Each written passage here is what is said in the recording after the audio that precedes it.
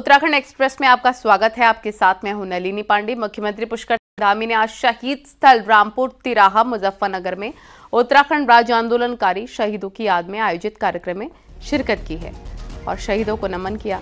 मुख्यमंत्री ने रामपुर तिराहा गोलीकांड में शहीद हुए हर राज्य आंदोलनकारी की याद में शहीद स्थल रामपुर में उनकी प्रतिमा लगाए जाने की घोषणा की। मुख्यमंत्री ने शहीद स्थल के लिए भूमि दान करने वाले दिवंगत महावीर शर्मा की प्रतिमा का भी शिलान्यास किया। मुख्यमंत्री ने कहा, उत्तराखंड राज्य के निर्माण और बेहतर भविष्य के लिए आंदोलनकारियों ने अपना वर्तमान बलिदान कर दिया था। उत्तराखंड की जनता सदैव इन वीरों की ऋणी रहेगी। मुजफ्फरनगर के रामपुर तिराहा पर उत्तराखंड आंदोलनकारियों पर पुलिस ने गोलियां बरसाई थी, जिसमें 7 आंदोलनकारी शहीद हुए थे और 16 महिलाओं के साथ रेप का आरोप लगा था।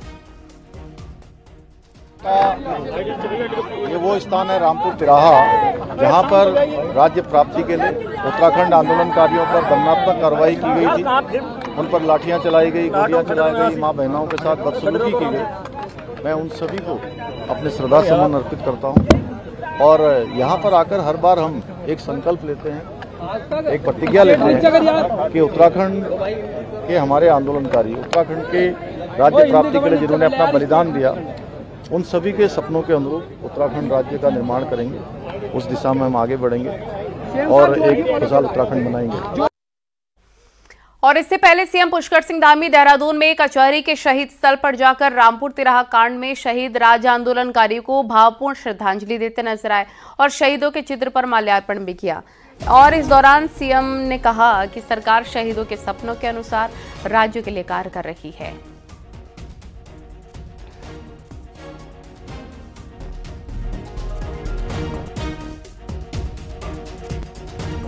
पिथौरागढ़ में कैलाश दर्शन यात्रा की शुरुआत आज से हो गई है। यात्रियों का पहला दल पिथौरागढ़ के नैनी सैनी एयरपोर्ट से गुंजी के लिए भेजा गया। पहले दल में 15 यात्रियों के लिए इंतजाम किए गए थे, लेकिन आवेदन सिर्फ 5 यात्रियों ने ही किया। कैलाश दर्शन यात्रा के तहत 5 दलों को हेलीकॉप्टर की मदद से गुंजी पहुंचाया जाना है, जिसके बाद यात्रियों को ओल्ड लिपु लेक से तिब्बत में मौजूद कैलाश पर्वत के दर्शन कराए जाने हैं। साथ ही यात्रियों को ओम पर्वत और आदि कैलाश के भी दर्शन कराए जाने हैं। आपको बता दें कि भारत में स्थित ओल्ड लिपु लेक से पवित्र कैलाश पर्वत के दर्शन होते हैं और इस यात्रा में कैलाश पर्वत के साथ साथ आदि कैलाश और ओम पर्वत के भी दर्शन कराए जाएंगे। पूरा पर्यटन विभाग और सरकार जो कि उत्तराखंड की वो सरकार, यहाँ के जितने भी लोग हैं रहवासी है, उनका धन्यवाद देता हूँ। सरकार का धन्यवाद देता हूँ, प्रधानमंत्री मोदी जी का धन्यवाद देता हूँ। बहुत ही कृपा की है भोले बाबा ने। बहुत ही काफ़ी सालों से इच्छा हो रही थी कि भोले के दर्शन करने हैं। आज बहुत भाग्यशाली हम हैं, अपने आप को बहुत भाग्यशाली समझते हैं कि बहुत 20 साल से मेरी इच्छा हो रही थी। भोले बाबा ने आज मेरी सुन ली। केदार घाटी में 31 जुलाई को आई आपदा के चलते केदारनाथ धाम पैदल यात्रा मार्ग के मुख्य पड़ाव रामबाड़ा में पैदल पुल क्षतिग्रस्त हो गया था। इसका निर्माण कार्य पूरा हो गया है और इसके साथ ही पुल पर आवाजाही भी शुरू हो गई है। पुल को तैयार होने से पुल के बाबा केदार की यात्रा पर आ रहे श्रद्धालुओं को आने जाने में आसानी होगी।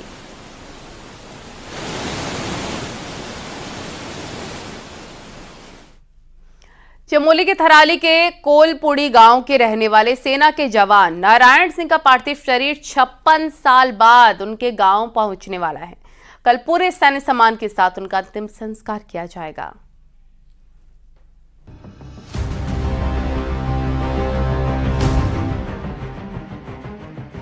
चमोली के लाल का पार्थिव शरीर देवभूमि लाया गया है। चंडीगढ़ से शहीद के पार्थिव शरीर को सेना के हेलीकॉप्टर से दून लाया गया। अब कल शहीद का चमोली के कोलपुड़ी गांव में पूरे सैन्य सम्मान के साथ अंतिम संस्कार किया जाएगा। साल 1968 में हिमाचल प्रदेश के रोहतांग दर्रे में भारतीय वायुसेना का एक विमान हादसे का शिकार हो गया था, जिसमें चमोली के नारायण सिंह की शहादत हुई थी। इस घटना के बाद से शहीद नारायण सिंह लापता थे और परिवार को उनकी कोई सूचना नहीं मिली थी। अब 56 साल बाद सेना के सर्चिंग अभियान में 29 सितंबर को 4 जवानों के शव बर्फ में दबे हुए मिले, जिनमें नारायण सिंह का भी शव शामिल है, जिसकी पहचान उनके पर्स में मिले कागजों से की गई। इंसिडेंट हुआ था, एयरफोर्स का एक AN-12 विमान था जिसमें तकरीबन 98 सोल्जर्स थे और 4 क्रू मेंबर्स थे। टोटल 102 लोग उसके अंदर थे। ये चंडीगढ़ से टेक ऑफ किया था इसने, तो लेह में लैंड करना था। लेह में लैंड करने के दौरान मौसम खराब हो गया था, तो लेह में लैंड नहीं कर पाया था, तो उसके बाद वहां से वापस इसको आना पड़ा था। तो जब वापस आ रहे थे ये लोग, तो रास्ते में वेदर बहुत खराब हो गया था, तो उसकी वजह से ये एयरक्राफ्ट A7 फरवरी 68 में मिसिंग हो गया था। तो मोस्ट लाइकली ये क्रैश हो गया था। शहीद नारायण सिंह बिष्ट अपने माता पिता की इकलौती संतान थे। नारायण बिष्ट की शादी हो चुकी थी। कई सालों तक उनकी पत्नी ने उनकी खबर मिलने का इंतजार किया, लेकिन अब वो इस दुनिया में नहीं रही। अब उनके परिजनों को नारायण सिंह बिष्ट का पार्थिव शरीर सौंपा जाएगा, जहां सैन्य सम्मान के साथ उनकी अंत्येष्टि होगी। न्यूज़ 18 के लिए देहरादून से सत्येंद्र बर्तवाल की रिपोर्ट।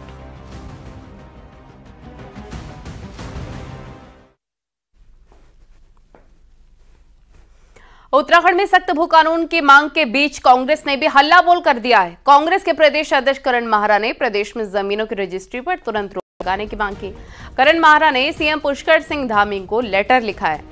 माहरा का कहना है कि राज्य से बाहर के लोग बड़े पैमाने पर जमीन खरीद रहे हैं। राज्य की संस्कृति, परंपरा, अस्मिता और पहचान पर इससे बुरा असर पड़ रहा है। उन्होंने मांग की है कि राज्य की बची हुई जमीनों को बचाया जाएगा और जल्द से जल्द सख्त भू कानून लागू किया जाएगा।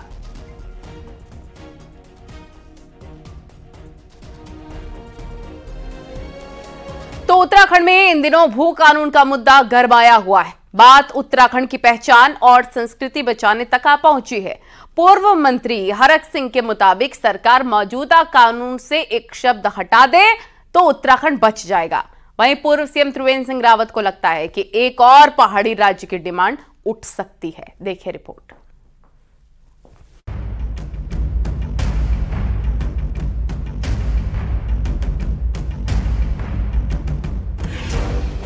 अगले महीने 9 नवंबर को 25वां राज्य स्थापना दिवस मनाया जाएगा, तो राज्य की संस्कृति और पहचान बचाने के लिए भू कानून की मांग जोर पकड़ रही है। इस संवेदनशील मुद्दे पर अब सियासत जोर पकड़ रही है। पहली चुनी हुई सरकार में हरक सिंह रावत राजस्व मंत्री रहे। जब 2003 में पहली बार भू कानून लागू किया गया, हरक सिंह रावत के मुताबिक तिवारी सरकार का भू कानून सबसे बेस्ट कानून है, लेकिन उसे कड़ा करने के लिए मौजूदा कानून से निकाय शब्द हटाया जाना चाहिए। हरक सिंह रावत के मुताबिक 250 वर्ग मीटर से ज्यादा जमीन न खरीदने वाला नियम गांव के साथ शहरों में भी लागू होना चाहिए। ये चाहे शहर के अंदर हो चाहे शहर के बाहर हो, अगर वो एग्रीकल्चर लैंड है तो निकाय में भी अगर आ गई तो उस पर भी 250 मीटर का कानून लागू होना चाहिए। ये कानून में हमें संशोधन करना पड़ेगा। जो हमने निकाय शब्द लिखा है, जिस दिन हमने ये 250 मीटर वाला कानून उस पर लागू कर दिया, उस दिन भू कानून, इससे अच्छा भू कानून हो ही नहीं सकता। बात जमीन बचाने की हो रही है तो भू कानून पर पहली बार पूर्व सीएम त्रिवेंद्र रावत की बात भी सामने आई है। त्रिवेंद्र रावत के मुताबिक भू कानून का मॉडल साफ होना चाहिए, वहीं पहाड़ हर वक्त नजर में होना चाहिए। अगर विकास नहीं हुआ तो आने वाले वक्त में अलग पहाड़ी राज्य की डिमांड भी उठ सकती है, और यह आशंका पहले से थी। वहीं कांग्रेस नेता गणेश गोदियाल के मुताबिक सरकार को तुरंत एक अध्यादेश निकालकर उन सभी जमीनों को अपने कब्जे में ले लेना चाहिए जहां नियम तोड़े गए हैं। एक ही पर्वतीय क्षेत्र इस राज्य में हमारे हर समय हमारी नजरों में होना चाहिए, क्योंकि पर्वतीय क्षेत्र का अगर डेवलपमेंट नहीं हुआ तो फिर निश्चित रूप से आने वाले समय में पर्वतीय राज्य की अलग डिमांड हो सकती है। और मैं आज भी आपसे उम्मीद करता हूं कि अगर आप वाकई इस विधेयक को लाना चाहते हैं, उत्तराखंड के हित में आप अपने विचार रखते हैं, आप उत्तराखंड के हितैषी हैं, तो आज रात से इस आशय का ऑर्डिनेंस लाइए कि आज के दिन तक जिन्होंने ये गड़बड़ियां की हैं उनकी जमीनें निहित की जाती हैं। मुद्दा जमीन बचाकर उत्तराखंड की पहचान और संस्कृति बचाने का है, तो सवाल 250 वर्ग मीटर के नियम का है, जो शहरों में लागू ही नहीं होता। अब देखना होगा कि नए भू कानून में सरकार इस छूट को खत्म करने का फैसला लेती है या नहीं। देहरादून से न्यूज़ 18 के लिए दीपांकर भट्ट की रिपोर्ट। पिछले 20 महीनों में उत्तराखंड की आर्थिक विकास दर 1.3% की रिकॉर्ड ग्रोथ दर्ज कर चुकी है, जिसमें सबसे ज्यादा योगदान टूरिज्म सेक्टर का है। साथ ही साल 2022 में राज्य सरकार ने राज्य की आर्थिक विकास दर को 5 साल में 2 गुना करने का टारगेट रखा था।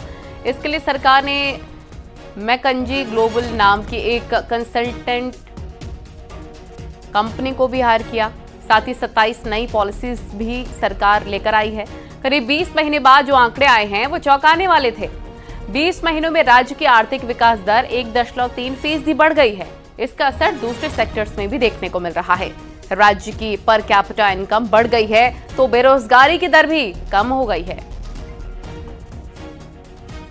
इस 20 महीने में हमारी जो जीएसडीपी है ये 1.3 गुना बढ़ गया है। जिस दिन हमने स्टार्ट किया था उस दिन जो जीएसडीपी था वो 1.3 टाइम्स आज के डेट में हो गए। मतलब 5 साल में 2 गुना करने के लिए 2 साल में हमको जितना अचीव करना था वो हम लोग अचीव कर रहे हैं, हम ऑन टारगेट पे हैं। लेबर फोर्स पार्टिसिपेशन रेट हमारे 22-23 में 15 टू ये एज ग्रुप वाइज होता है 15 to 29 ईयर्स का overall rural urban male female सब मिला करके हमारे 22-23 में हुआ करता था 43.7%। वो अब बढ़ करके 49% हो गए हैं। केदारनाथ में प्रस्तावित उपचुनाव के बीच सीएम धामी भी केदारनाथ विधानसभा के दौरे पर जाएंगे। 6 अक्टूबर को मुख्यमंत्री केदारनाथ के अगस्त्यमुनि जाएंगे और यहां पर कई कार्यक्रमों के साथ साथ एक जनसभा को भी संबोधित करेंगे। सीएम धामी के साथ बीजेपी प्रदेश अध्यक्ष महेंद्र भट्ट भी मौजूद रहेंगे। मुख्यमंत्री इसी दिन ऊखीमठ के लिए पेयजल योजना के साथ साथ केदारनाथ विधानसभा के लिए कई अन्य बड़ी घोषणाएं भी कर सकते हैं। हैं पेयजल की बहुत सारी समस्याएं वहां आई हैं और आपदा के कारण भी कई गांव में जो है क्षतिग्रस्त हुआ है, तो उसके भी मैनेजमेंट के लिए उसके प्रबंधन के लिए भी काम होने हैं। ऐसे बहुत सारे कामों को गति मिलेगी तो माननीय मुख्यमंत्री जी के जाने से बहुत प्रगति जो है उस क्षेत्र में आने वाली है। तो केदारनाथ चुनाव में बीजेपी पूरा जोर लगा रही है, जबकि कांग्रेस के प्रदेश प्रभारी शैलजा के हरियाणा चुनाव में व्यस्त होने से केदारनाथ में कांग्रेस के नेता कम नजर आ रहे हैं। शैलजा के व्यस्त होने से पार्टी वहां कोऑर्डिनेटर ऑब्जर्वर तक नहीं बना पा रही है। देखिए रिपोर्ट।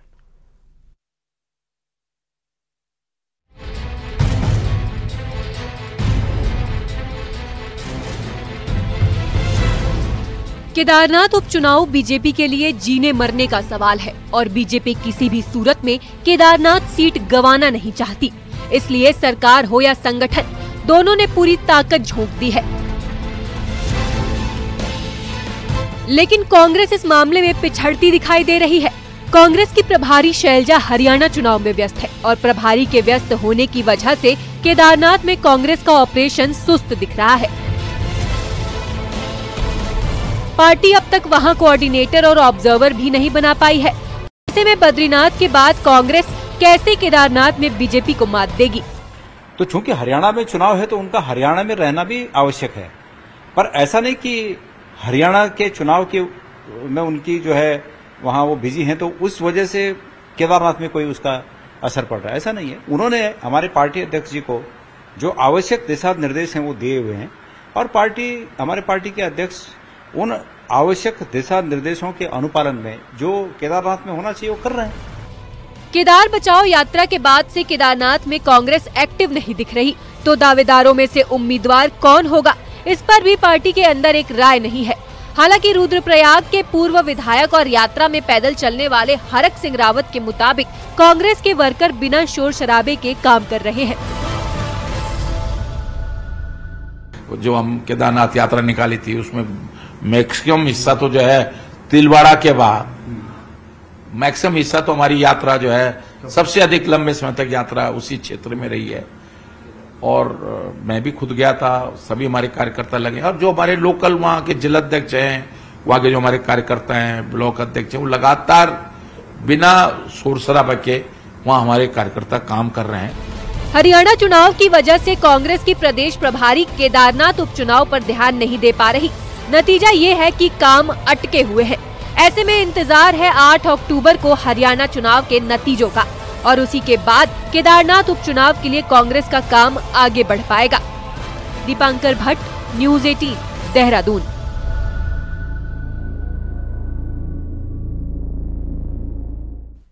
आज राष्ट्रपिता महात्मा गांधी और लाल बहादुर शास्त्री की जयंती है और इस मौके पर मुख्यमंत्री पुष्कर सिंह धामी ने राष्ट्रपिता महात्मा गांधी और पूर्व प्रधानमंत्री लाल बहादुर शास्त्री की जयंती के अवसर पर सीएम आवास में उनके चित्र पर श्रद्धा सुमन अर्पित किए।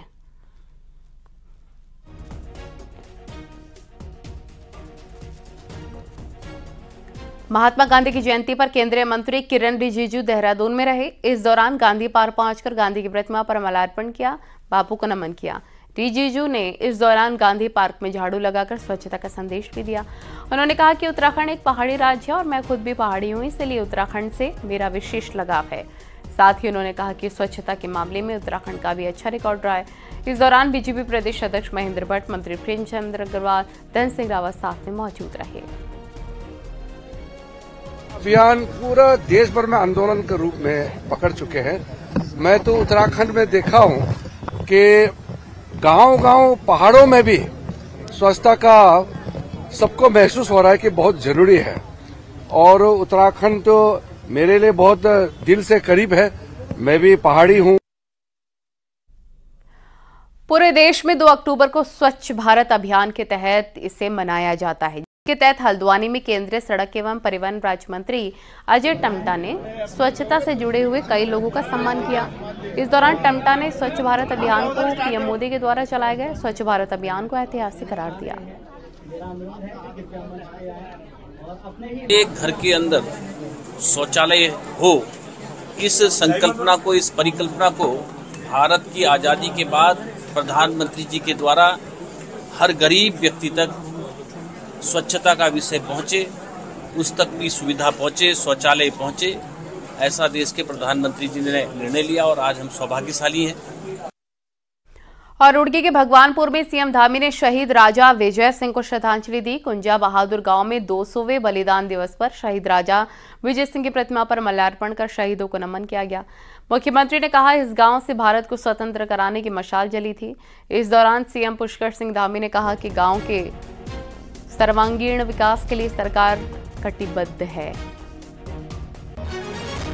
यहाँ से भारत को स्वतंत्र कराने की एक बहुत बड़ी मसाल उसकी शुरुआत हुई थी, इसकी ज्वाला प्रज्वलित हुई थी, इसलिए हमारा राष्ट्रीय महत्व का स्थान है और यहाँ के लिए हम प्रतिबद्ध हैं। ये हमारी प्राथमिकता में पहले भी जो यहाँ के प्रस्ताव समिति ने दिए थे, हमारे स्थानीय सांसद आदरणीय डॉक्टर निशम जी ने दिए थे, उन सभी को राज्य सरकार ने आगे बढ़ाया है। उत्तराखंड राज्य अलग बनने के बाद से ही इसे ऊर्जा प्रदेश कहा गया है, मगर बिजली के हालात यहां भी ठीक नहीं रहे। अब बिजली की किल्लत से निजात दिलाने के लिए पंप स्टोरेज प्लांट से पहली बार बिजली तैयार होने जा रही है, जिसमें सोलर एनर्जी से रात में भी बिजली मिलेगी। पूरा मामला क्या है, कैसे इससे फायदा होगा, इस रिपोर्ट में देखिए।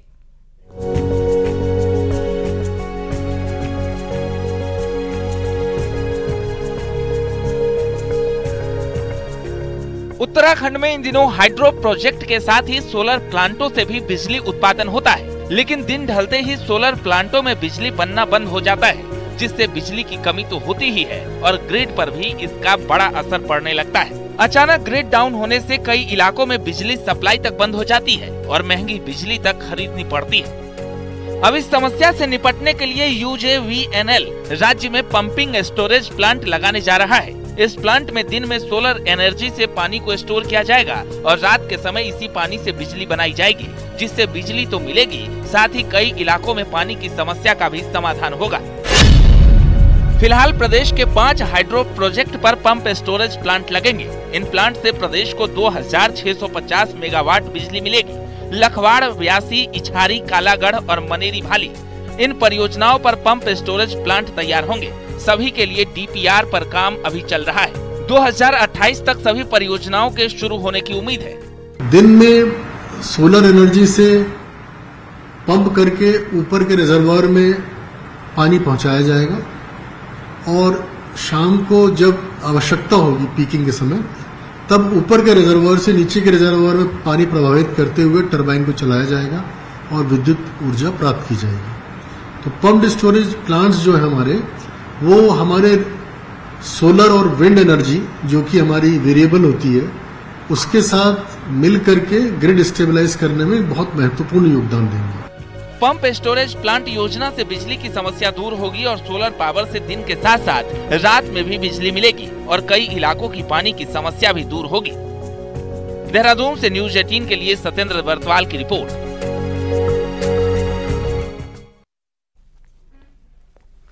उत्तरकाशी में हर्षिल घाटी का रसीला सेब मंडी और बाजार में जाने को तैयार है। यहां पर सेब तोड़ने के साथ साथ सेब की ग्रेडिंग और पैकिंग कराने का काम भी शुरू हो गया है।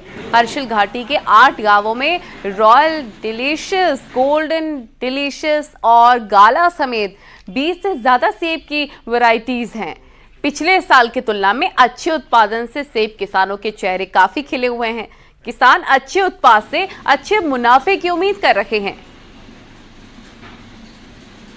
हर्षिल में सेब अच्छा है और इसका किसानों ने बताया है कि पिछले वर्ष की अपेक्षा उत्पादन ज़्यादा है। इसका मुख्य कारण यही कि अन्य क्षेत्रों में ओला से नुकसान हुआ, यहाँ पर ओला गिरता नहीं है, बर्फ़ ही सीधी पड़ती है, तो इससे नुकसान कम हुआ। तो फसल विगत वर्ष की अपेक्षा अच्छी है। कमर्शियल वैरायटी है जो ज़्यादा मतलब चलती है, ये 10-12 वैरायटी होगी।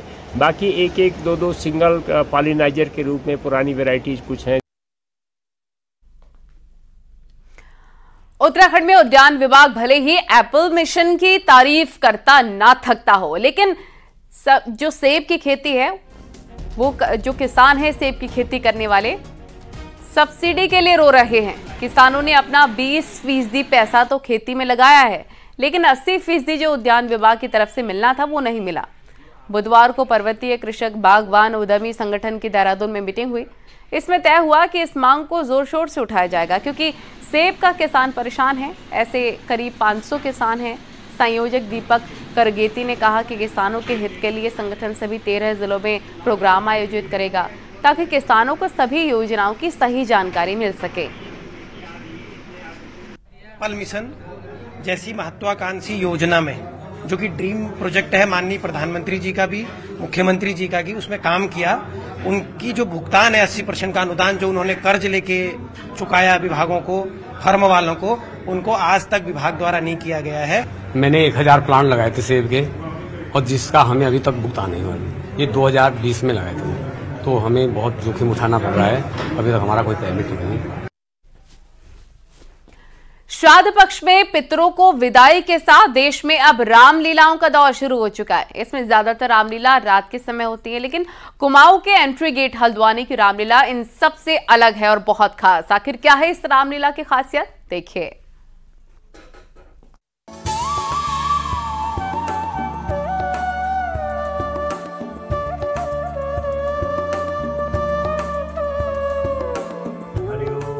कुमाऊं के द्वार हल्द्वानी में श्री राम की अद्भुत लीलाओं का दौर शुरू हो चुका है। रामलीला मैदान में तकरीबन 150 साल से खेली जा रही ये लीला अपने आप में बेहद खास है। मनुष्य के द्वारा ही हम सारे संसार को जीतने, क्योंकि इसके लिए ना तो रामलीला का मंच सजाया जाता है और ना ही बाहर से प्रोफेशनल एक्टर बुलाए जाते हैं। लेकिन इसके बावजूद ये बिल्कुल अनोखी लीला है, क्योंकि इसका मंचन खुले मैदान में, वो भी सूर्यास्त से पहले शुरू हो जाता है और व्यास गद्दी के जरिए पूरी लीला का मंचन होता है। और ये 150 साल करीब पुरानी रामलीला है हमारी, जो हम भी सुनते हुए आए हैं। और ये बहुत दिन की लीला उत्तराखंड में कहीं नहीं होती है। उत्तराखंड में केवल ये हल्द्वानी जो ऐसा है जो हमारे उत्तराखंड में चल रही है। पुरानी परंपरा है, बहुत सालों से चलती हुई आ रही है दिन की लीला। और राष्ट्रीय लीला भी है हमारी, 3 तारीख से स्टार्ट हो जाएगी, जो वृंदावन के कलाकार के द्वारा हो रही है। दिन के उजाले में शुरू होने वाली ये रामलीला महिलाओं, बच्चों और बुजुर्गों के बीच खासी लोकप्रिय है, तभी इसे देखने श्रद्धालु चले आते हैं। यदि आप मेरी तपस्या से प्रसन्न हैं, और हम लोग प्रभु राम की सेवा के लिए टीका लेकर के आए हैं। यहाँ पे जितने लोग भी आएंगे उन्हें हम टीका सेवा देने के लिए आए हुए हैं। और ऐसा जैसा कि हम सभी को पता है कि यहाँ पे दिन की रामलीला का मंचन किया जा रहा है और बहुत खूबसूरत यहाँ पे मंचन किया जा रहा है। सभी ने बहुत ज्यादा एफर्ट के साथ इतना अच्छा यहाँ पे व्यवस्थाएं बनाई हुई है, बहुत ज्यादा। यहाँ पे मतलब हर जगह जैसे रात की रामलीला होती है लड़कियों के लिए और लेडीज के लिए सेफ नहीं है, बट यहाँ पे दिन की रामलीला है जो हमारे हल्द्वानी शहर में हो रही है, जो कि सेफ है लड़कियों के लिए, लेडीज के लिए। और आगे छोटे छोटे बच्चे जैसे आते हैं वो भी फ्री होकर आते हैं, रात को ट्यूशन होता है शाम को, और दिन में जैसे सुबह स्कूल होता है, तो इस टाइम वो आराम से देख सकते हैं। जाहिर है श्री राम की इन लीलाओं को देख हर कोई रोमांचित है। भगवान की इन लीलाओं को देख मौसम की चाल भी अब राममय सी हो गई है और ये सिलसिला दशहरे तक यूं ही जारी रहेगा। और भगवान का सुयस गाते हुए वहाँ से चल दिया। जब तक त्रिलोकीनाथ श्री राम बुराइयों के प्रतीक इस रावण का दहन नहीं कर देते। हल्द्वानी से न्यूज़ 18 के लिए शैलेंद्र नेगी की रिपोर्ट। भगवान और जीबी पंत राष्ट्रीय हिमालय पर्यावरण संस्थान के निदेशक ने अल्मोड़ा डीएम को एक पत्र लिखा है और भू माफियाओं पर उनकी जमीन पर कब्जा करने का आरोप लगाया है। डीएम ने एसडीएम को मामले की जांच के आदेश दिए। वहीं डीएम ने कहा कि मामले की जांच पूरी होने के बाद आरोपियों के खिलाफ कार्रवाई की जाएगी।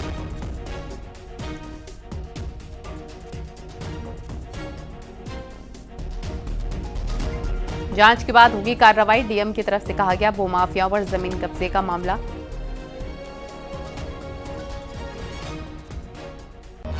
जीबी पंत पर्यावरण संस्थान की जमीन पर कब्जा।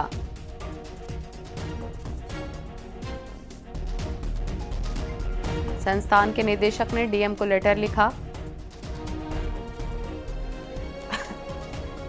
पर्यावरणीय महत्व का बहुत महत्वपूर्ण संस्थान है और इनका पत्र प्राप्त हुआ है मुझे, और इस पर हम एसडीएम से जांच कराएंगे और उचित कार्रवाई की जाएगी।